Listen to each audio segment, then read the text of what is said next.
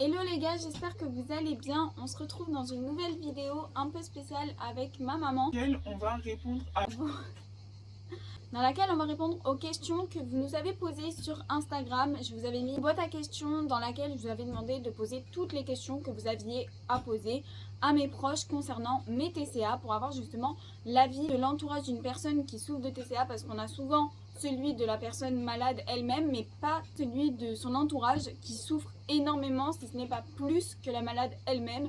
Donc c'était pour pouvoir justement créer un autre aspect de l'impact qu'a cette maladie, pour montrer qu'elle ne touche pas forcément que la malade mais qu'elle affecte tout son entourage. La première question me concernait moi, même si c'était pas forcément le but, mais bon c'est pas grave. La question c'était: est-ce que tes hospitalisations ont duré longtemps? Donc mes hospitalisations n'ont pas duré longtemps. En fait j'en ai fait plusieurs, mais plusieurs courtes. C'est-à-dire qu'elles ont duré un mois et demi, mais j'en ai fait tous les 2 mois. En fait, je rentrais en hospitalisation à la base seulement pour une question d'urgence vitale, pour remonter mon poids, mais j'étais pas dans une optique de guérison. Enfin, je rentrais pas pour guérir. C'était même pas des centres spécialisés dans les TCA, parce que là où j'habite, de toute façon, ça n'existe pas. Il y a que des centres. Enfin, c'est un hôpital normal. En fait, j'étais en endocrinologie. Et donc du coup je restais juste à peu près un mois et demi seulement pour remonter un petit peu mon poids, et après je ressortais. Petite pause, petite explication. J'ai bel et bien fait une hospitalisation plus longue que ça. C'est d'ailleurs de celle-ci dont je fais référence dans mon post sur Instagram, que je vous invite à aller regarder. J'en ai pas parlé ici tout simplement parce que je m'étais dit que si ça vous intéressait, je vous raconterai tout ça dans une autre vidéo. Deuxième question, comment avez-vous remarqué qu'elle commençait à tomber dans les TCA? Quand il y a eu le mot culpabilité. J'ai mangé ça, fait tant de sport, est-ce que ça va? En gros, ouais, c'était répété. À partir du moment où je commençais à culpabiliser quand je mangeais en fait. Voilà, c'est ça. Et quand je faisais pas assez de sport par rapport à ce que je mangeais. Dans ta tête. Ouais, mais déjà, comment tu t'es aperçu que je commençais à manger moins? Au départ, c'était pas moins, mais c'était j'ai mangé ça, j'ai fait ça comme dépense physique. Après, tu sautais les repas en disant j'ai déjà mangé, j'ai goûté, j'ai plus faim. Il y avait une excuse, ça devenait aussi répétitif. Et puis après, ça a été carrément affirmé, je ne mange que ça, je veux perdre quelques kilos avant l'été. Mais déjà, je te l'avais dit d'entrée que je voulais un petit peu... Perdre, oui. Ouais.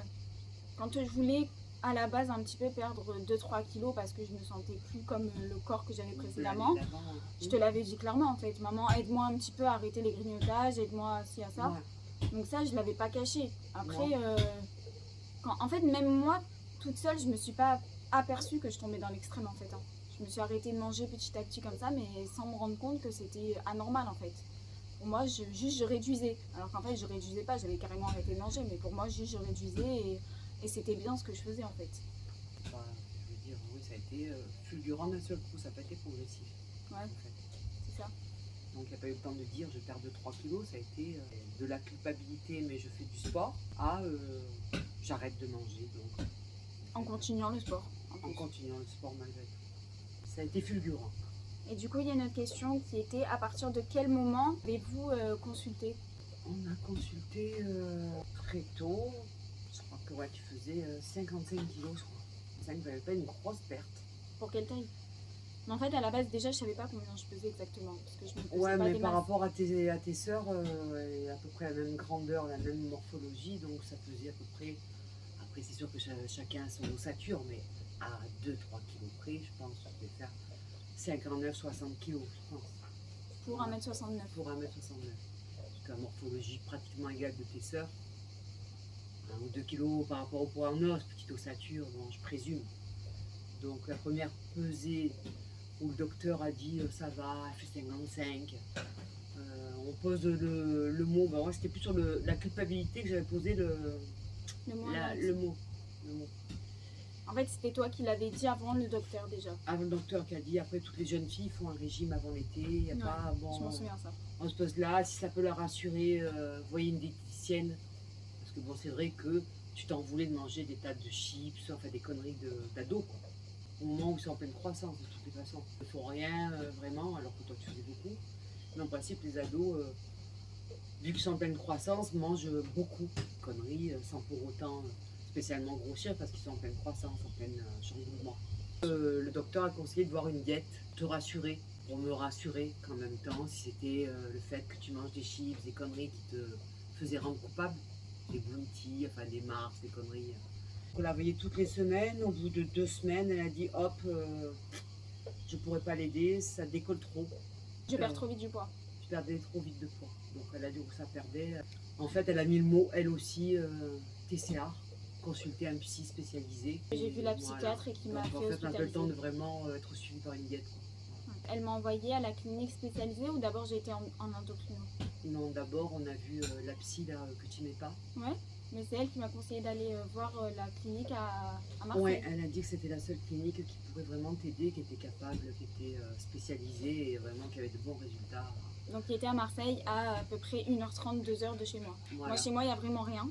Donc, dans le Var, il n'y a rien. Ouais. Donc voilà. Moi j'ai de vagues souvenirs de cette période, je vous cache pas, c'est comme... Enfin j'ai des souvenirs, je me rappelle un petit peu et tout, je me rappelle juste du commencement, c'est-à-dire d'à partir du moment où j'ai arrêté de manger, clairement. En fait, je suis passée de mon alimentation normale sans problème à plus rien. Je me rappelle de ça. Après, toutes ces années, pas vraiment de souvenirs détaillés. Comme une image blanche dans ma tête. Je me rappelle que voilà, j'étais pas bien, que je mangeais pas beaucoup et tout. Mais j'ai pas vraiment tous les détails que mes proches ont. C'est pour ça que cette vidéo elle est plutôt intéressante. Comme question, il y avait, pensez-vous l'avoir aidé et si oui, comment? Guérir, non. Après, à pas sombrer peut-être, oui. En étant présent. Après, aider à guérir, je crois pas. La solution est en elle, à chacun. Ça c'est sûr et certain. Et c'est un message qu'on tient à faire passer à tous ceux qui en souffrent ou qui connaissent des personnes qui en souffrent. Vous ne pourrez jamais faire guérir quelqu'un. Vous pouvez mettre toute la volonté que vous voulez. Si elle n'a pas envie de guérir, elle ne guérira jamais. Il a fallu X années, X... Après, elle peut se faire accompagner, elle peut se faire aider. Voilà, c'est là où le soutien est très important. D'essayer de lui ouvrir les yeux, de lui prouver, de lui montrer que c'est pas normal, de lui montrer à travers votre comportement peut-être que ce qu'elle fait, elle, c'est pas normal. Mais par contre, vous ne pourrez jamais la forcer à guérir. Ah ça, ben non, ça le doit venir déclic d'elle. doit se passer chez la personne. En elle, voilà. Et Comme le toutes les déclic, addictions d'ailleurs. le déclic, c'est pas du jour au lendemain, ouais, j'ai envie de guérir. C'est après maintes et maintes prises de conscience que vous allez avoir en fait un ras-le-bol de vivre comme ça, dans cette maladie. Et c'est ça qu'on appelle en fait le déclic, tout simplement. Ensuite, comment en ont été impactées vos relations? Après moi, je dois dire que je suis devenue très agressive. Agressive, manipulatrice. Ouais. La manipulation, donc du coup, on est dans la retenue de la peur de se faire bouffer. Et ça m'a beaucoup fait changer et je le regrette parce que je n'étais pas comme ça. Et du coup, on se préserve, on donne moins de gestes. Pas moins d'affection, parce qu'il y a d'attention. Il y a beaucoup d'affection, mais il y a moins de démonstration, de tactile. Moi, j'étais quelqu'un de tactile.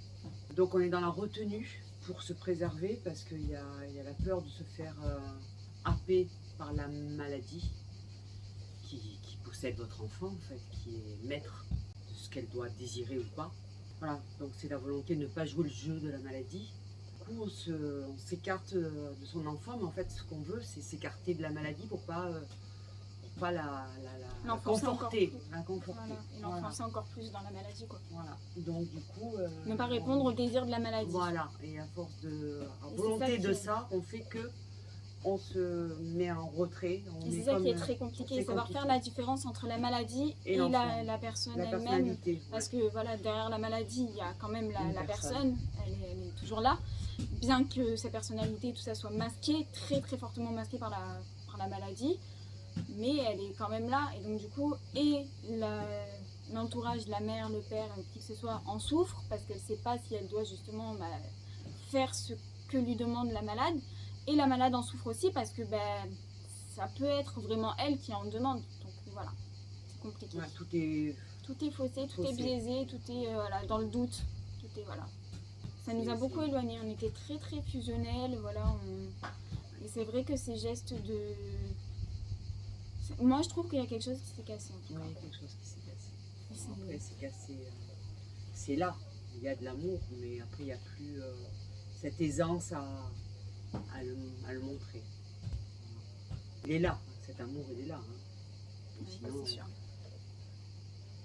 Vu la difficulté de la maladie, on ne serait pas là aujourd'hui à en parler. Alors ensuite, Quel a été le moment le plus dur? C'est quand il y a 2-3 ans là, quand on a atteint le summum de la maigreur et des sonnettes d'alarme tout au rouge, comme disaient les spécialistes. Un jour, tout se mettra au rouge. Donc c'est en 2019, c'est? Quand j'ai fini en réanimation? Ouais, Quand j'ai fait le syndrome de renutrition. c'est ça. Alors, si vous voulez que je vous parle un peu plus de cet épisode, n'hésitez pas à me le dire en commentaire. Je vous en parlerai. Donc là, j'ai senti que c'était la fin et j'ai senti que ce que disait le premier centre au tout début de la maladie, elle va toucher le fond, où ce sera un fil, où elle y reste, où elle s'en sort. Et donc j'ai senti que c'était ce jour-là et je priais fortement que ce soit pas elle y reste, mais qu'elle s'en sorte. Elle a vraiment touché Et ce le jour, fond, c'est-à-dire la mort à un fil. ce comme il disait moment-là si a bien. été aussi l'un des plus douloureux pour moi aussi parce que ça a été le.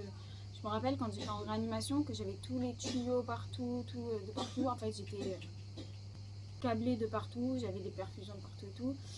Et que les médecins sont arrivés, qu'il y avait toi, papa et je crois qu'il y avait une de mes sœurs. Le médecin a dit en gros c'est mort, quoi, c'est foutu. Et que j'ai vu dans vos regards, je vous dis pas, ça a été le regard le plus douloureux, ça m'a poignardé genre. Mais bon, Question suivante, je pense que ça va être la dernière et qu'on continuera les autres questions une prochaine fois parce que sinon la vidéo va durer 1000 ans. Sur une bonne note, de quoi êtes-vous le plus fier d'elle? là, qu'elle soit devant vous aujourd'hui, capable de faire des vidéos et de se montrer, chose qui était très, très difficile pour elle toutes ces années, toute belle, c'est une fierté. Bon, pour moi, elle a toujours été belle, hein, mais bon, là, elle est vraiment belle. Et puis bon, elle nous fait des belles recettes. Elle a passé son diplôme, elle a eu son bac. Malgré la maladie, la faiblesse, elle a réussi son diplôme. De toute façon, j'ai toujours su qu'elle réussissait tout. Donc, je sais très bien qu'elle va finir par complètement anéantir cette maladie. Elle est en bon chemin, à bien avancer vers la guérison. Mais bon, il va arriver ce jour, et j'en suis sûre, elle en est capable, où cette maladie sera vraiment un lointain souvenir. Je m'y engage. Bon, alors j'espère que cette vidéo vous aura plu et qu'elle a pu répondre comme il fallait à vos questions. Si vous en avez d'autres, n'hésitez pas à les mettre en commentaire, à laisser un petit like à cette vidéo parce que c'est aussi la première fois qu'on voit ma maman sur la chaîne et ça t'a fait plaisir? Oui. Du coup, je répondrai aux questions restantes dans une autre vidéo et aux nouvelles questions si vous en avez du coup dans cette nouvelle vidéo également. Si, je répète, vous voulez que je vous en dise un petit peu plus sur mon parcours plus en détail, n'hésitez pas non plus à me le dire. Je vous invite à me rejoindre sur Instagram, c'est là-bas où je suis le plus présente et le plus active. Et en attendant la prochaine vidéo, on vous fait des bisous, à bientôt.